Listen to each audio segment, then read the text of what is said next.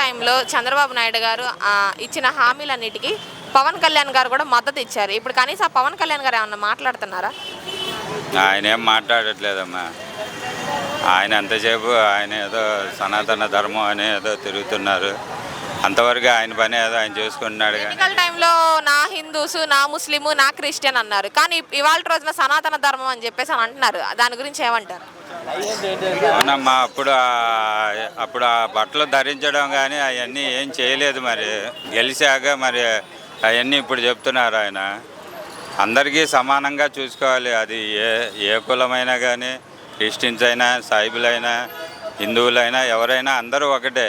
దేవుడి ముందు, ప్రభుత్వం ముందు అందరూ సమానమే. అందరినీ చూసుకోవాలి.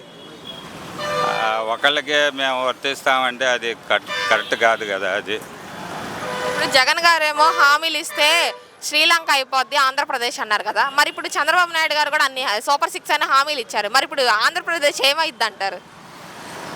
ఏంటంటే అర్థం. చంద్రబాబు నాయుడు గారు జగన్మోహన్ రెడ్డి హామీలు ఇస్తే శ్రీలంక అయిపోతుంది అన్నారు కదా.